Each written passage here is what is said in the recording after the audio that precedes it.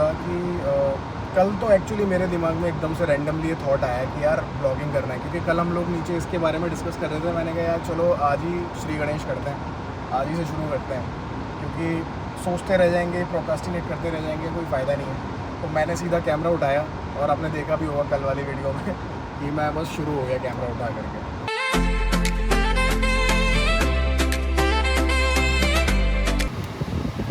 Good morning guys, welcome दोस्तों हमारे vlog founder गिरी में। और आप कार्तिक और मैं निकल पड़े हैं अपने ऑफिस की तरफ। सुबह तो नहीं है, दोपहर हो गई है। अबे यार ठीक है, जिम गए, रात को लेट सोए 3 बजे और अब हम निकल पड़े हैं ऑफिस के लिए। अहमदाबाद में सुबह भी निकलो तो ऐसा लगता है कि दोपहर तो हो गई है। मतलब 8 बजे भी निकलोगे तो इस तरह का ही मौसम मिलेगा, और अभी निकलोगे तो अभी भी इस तरह का मौसम मिलेगा, तो सही है। तो वही आज है मंडे, ब्लडी मंडे। तो कल तो संडे था, कल हम लोग थोड़ा सा इसी सब चीज़ों को लेके बैठे थे। पेंडिंग काम होते हैं, हम लोग बहुत टाइम से सोचा था कि नीचे थिएटर या फिर कुछ स्टूडियो जैसा सेटअप बनाएंगे। कल हम लोगों ने काफ़ी सारी तैयारी भी कर ली। हम लोगों ने कारपेट फाइनलाइज कर दिया था, जैसे हमने कल बताया था।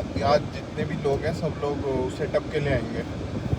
आज कारपेट के सेटअप के लिए भी आएंगे, और आज मेरे ख्याल से रिक्लाइनर्स तो कल आएंगे, वो हमने फॉरलाइन को से रेंट कर लिया था। और इलेक्ट्रिशियन भी आ जाएगा, तो होपफुली 1-2 दिन में थोड़ा बहुत बेसिक सेटअप तो होगा। फिर उसके बाद हम लोग इक्विपमेंट्स वगैरह लगाना शुरू करेंगे। तो थोड़ा कोशिश करेंगे कि हम लोगों का जो पॉडकास्ट वगैरह वाला भी हम लोग जो सोच रहे थे वो भी कुछ ना कुछ सेटअप हो जाए। बाकी देखते हैं, अभी तो फ़िलहाल ऑफिस जा रहे हैं। ऑफिस में काफ़ी सारी मीटिंग्स भी सेटअप है, तो मीटिंग्स करते हैं। तो भाई हम लोगों ने मतलब आप सोच रहे होंगे कि एकदम से हम लोगों ने ये ब्लॉगिंग क्या शुरू कर दिया, फाउंडर बनने बैठे थे। तो बेसिकली मतलब मैं आपको एक ओवरव्यू दूंगा कि कल तो एक्चुअली मेरे दिमाग में एकदम से रैंडमली ये थॉट आया कि यार ब्लॉगिंग करना है, क्योंकि कल हम लोग नीचे इसके बारे में डिस्कस कर रहे थे। मैंने कहा यार चलो आज ही श्री गणेश करते हैं, आज ही से शुरू करते हैं, क्योंकि सोचते रह जाएंगे, प्रोक्रास्टिनेट करते रह जाएंगे, कोई फ़ायदा नहीं है। तो मैंने सीधा कैमरा उठाया और आपने देखा भी होगा कल वाली वीडियो में कि मैं बस शुरू हो गया कैमरा उठा करके। तो मैं थोड़ा हेजिटेट कर रहा था, थोड़ा बहुत मेरे को मतलब ऑब्वियस सी बात है कि कैमरा कॉन्शियस थोड़ा से हो जाते हैं हम लोग, लेकिन फिर अभी मेरे को भी थोड़ा अच्छा महसूस हो रहा था। मतलब अभी मेरे को ऐसा लग रहा है कि कैमरा फ्रेंडली में धीरे धीरे हो जाऊँगा। 2-4 दिन पता है क्या, 2-4 दिन ऐसा लगता है, फिर धीरे धीरे जैसे हैबिट में आ जाता है तो वो हो जाता है। क्योंकि कुछ अलग तो कर नहीं रहे यार हम लोग। ऑलमोस्ट मैं तो कल ये से बोल रहा था कि यार 2 साल से हम लोग ये लाइफ जी रहे हैं। मतलब हम लोग को स्टार्टअप करे और 2 साल हो गया अभी। एक्चुअली ये इसका जैसे तुमने बोला 2 साल से लाइफ जी रहे हैं, तो हम लोग का मेन इस चैनल को शुरू करना ये नहीं है कि हम लोग को पैसा कमाना है, जो भी है। हम लोग को मेन ये है कि जो हम लोग जर्नी के गो थ्रू कर रहे हैं, बहुत लोगों को ये जर्नी देखने को नहीं मिलती अपनी लाइफ में। तो ये बहुत ज़्यादा टफ एक जर्नी है और बहुत ज़्यादा रिवॉर्डिंग भी जर्नी है अगर ये कंसिस्टेंटली किया जाए तो इंडिया में वैसे भी स्टार्टअप कल्चर बहुत कम है एज़ कम्पेयर टू। स्टार्टअप्स को ग्लोरीफाई नहीं किया जाता इंडिया में। सक्सेसफुल स्टार्टअप्स को सिर्फ ग्लोरीफाई किया जाता है, फेलियर स्टार्टअप्स को नहीं किया जाता है।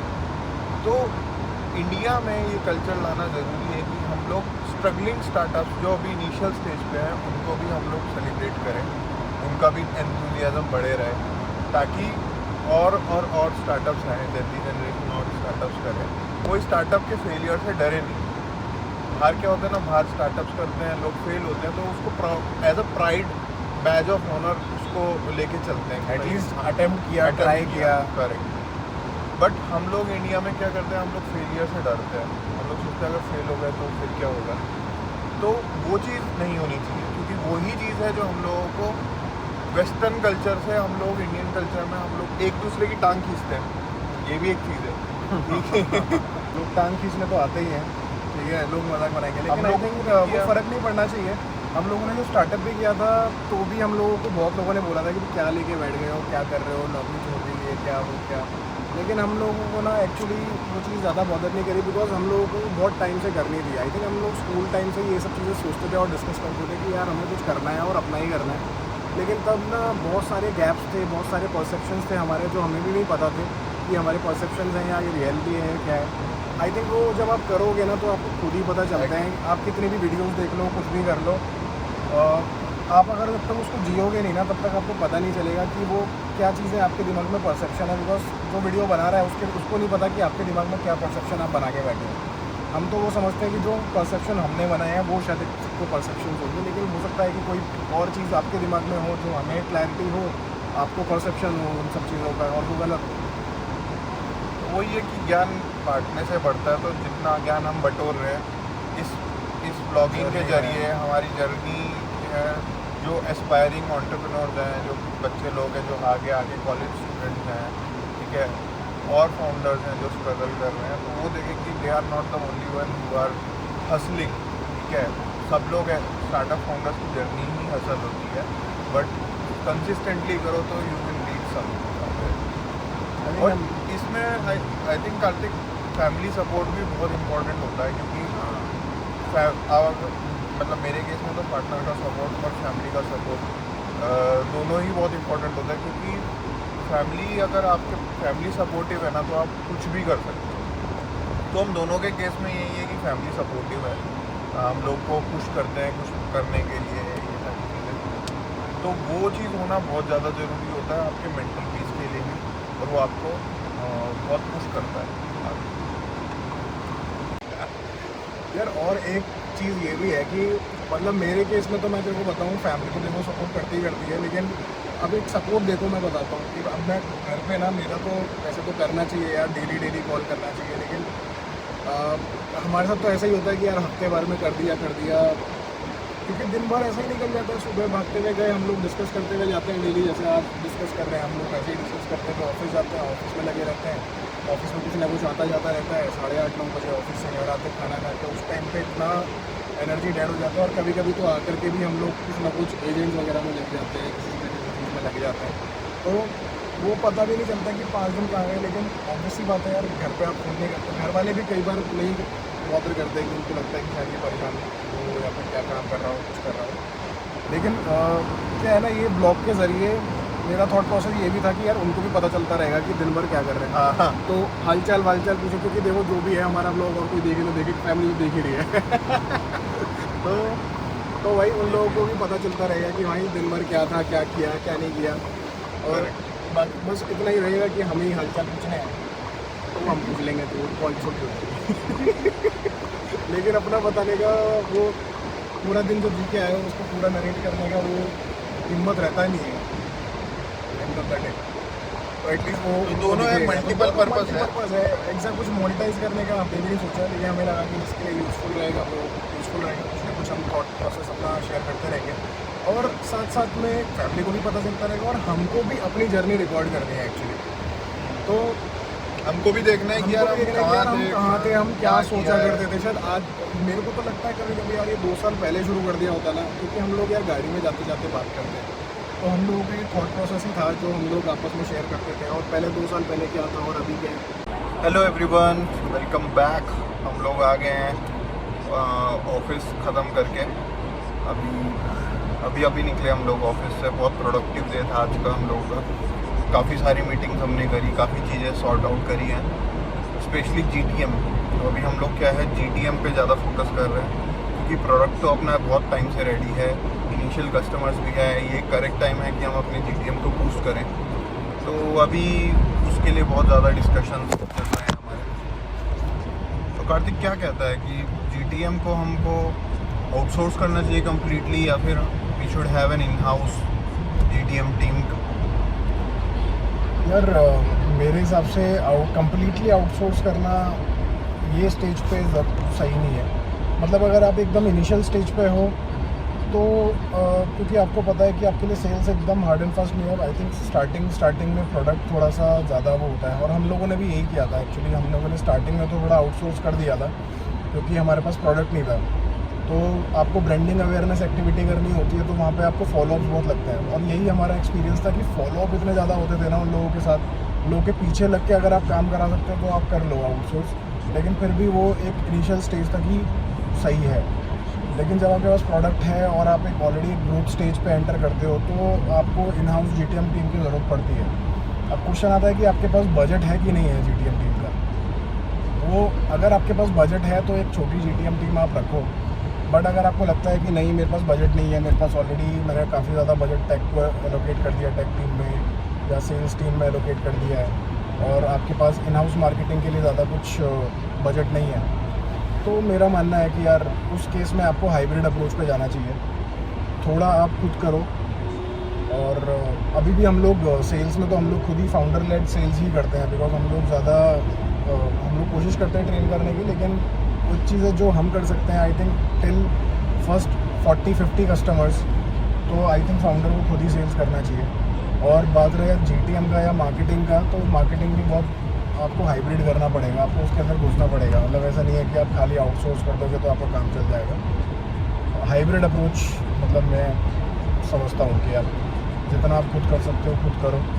अभी AI एजेंट्स हैं, बहुत सारी चीज़ें, हम लोग खुद भी अपना इंटरनली एजेंट्स डेवलप कर रहे हैं, तो मेरा मानना तो यही है। मेरा इसमें थोड़ा ओपिनियन ये है कि even though GTM specially for startups, जैसे जो हम जैसे स्टार्टअप हैं जो बहुत लीन चलते हैं, इन हाउस टीम बनाना उनके लिए बहुत ज़्यादा कॉस्टली भी होता है, और दूसरा उनके पास इन हाउस एक्सपर्टीज़ भी नहीं होती है, ताकि क्योंकि GTM भी एक इंजीनियरिंग है, उसमें भी नई नई चीज़ें आती रहती हैं।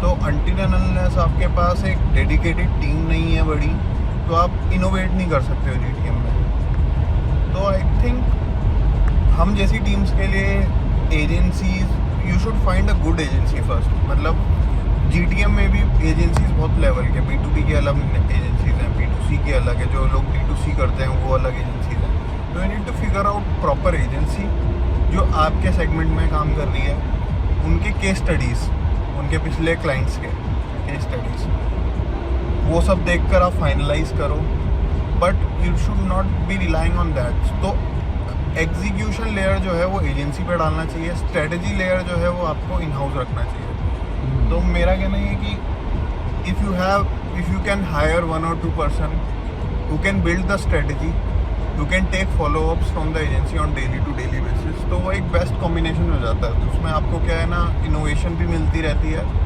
क्योंकि GTM जो डेडिकेटेड आउटसोर्स GTM टीम है वो अपना इनोवेशन भी करती रहती है। मार्केट में कुछ नया आया है तो वो ट्राई आउट करके आपका वो सब इम्प्लीमेंट भी करती रहती है। एंड आपके पास इन हाउस 1 या 2 person हैं, एम्प्लॉयज़ हैं, और जो ओनरशिप लेते हैं, तो they will make sure that the outsource team is working properly. Results ROI calculate properly हो जाते हैं उस केस में। आई मीन लाइक ब्रिज करो। अल्टीमेट गोल तो यही है कि आपके पास इन हाउस पूरी GTM टीम हो, क्योंकि वो आपको प्रोडक्ट पे और GTM पे पूरा कंट्रोल होना चाहिए। कोई भी आप SaaS बिजनेस चला रहे हो या फिर कुछ भी बिजनेस रन कर रहे हो तो आपके पास पूरा कंट्रोल होना चाहिए। बट टिल द टाइम अगर आपके पास बजट का कंस्ट्रेंट है कि आप पूरा टीम नहीं ले सकते इन हाउस, तो आई थिंक ये एक हाइब्रिड अप्रोच ज़्यादा अच्छा रहेगा, जहाँ पे आप खुद स्ट्रेटेजाइज करो और एग्जीक्यूटर्स को आप लोग आउटसोर्स करो in the form of agencies. तो इवेंचुअली तो एग्जीक्यूटर्स AI एजेंट्स भी एग्जीक्यूटर्स ही हैं। तो अभी इतने मैच्योर नहीं हुए हैं एजेंट्स की कंप्लीट 100% एग्जीक्यूशन हैंडल कर सकें, बट स्टिल 60-70% एग्जीक्यूशन हैंडल कर सकते हैं। तो इवेंचुअली जब आपका 100% AI इतना मैच्योर हो जाए कि 100% एग्जीक्यूशन भी हैंडल कर सके, तो फिर आपको आउटसोर्स करने की भी जरूरत है। हे गाइस, सो आज हम लोग घर आ गए थे। हम लोगों ने आज काफ़ी सारी बातें करी। हम लोगों ने बताया कि आज हम लोगों ने एक्चुअली क्यों ये ब्लॉग स्टार्ट किया, कैसे स्टार्ट किया। सो और ऑफ कोर्स आपका स्टूडियो का भी अपडेट है हमारे पास। कल को मोस्ट प्रॉब्ली कारपेट भी आ जाएंगे, रिक्लाइनर्स भी आ जाएंगे, इलेक्ट्रिशियन का फिटिंग का काम भी हो गया है, तो काफ़ी हद तक 70-80% कल को स्टूडियो भी रेडी हो जाएगा, तो कल उसका भी अपडेट दूंगा। बाकी ऑलमोस्ट एडिटिंग ख़त्म हो गया है मेरा। So bye bye, keep supporting us and like, comment and subscribe. Bye bye, good night.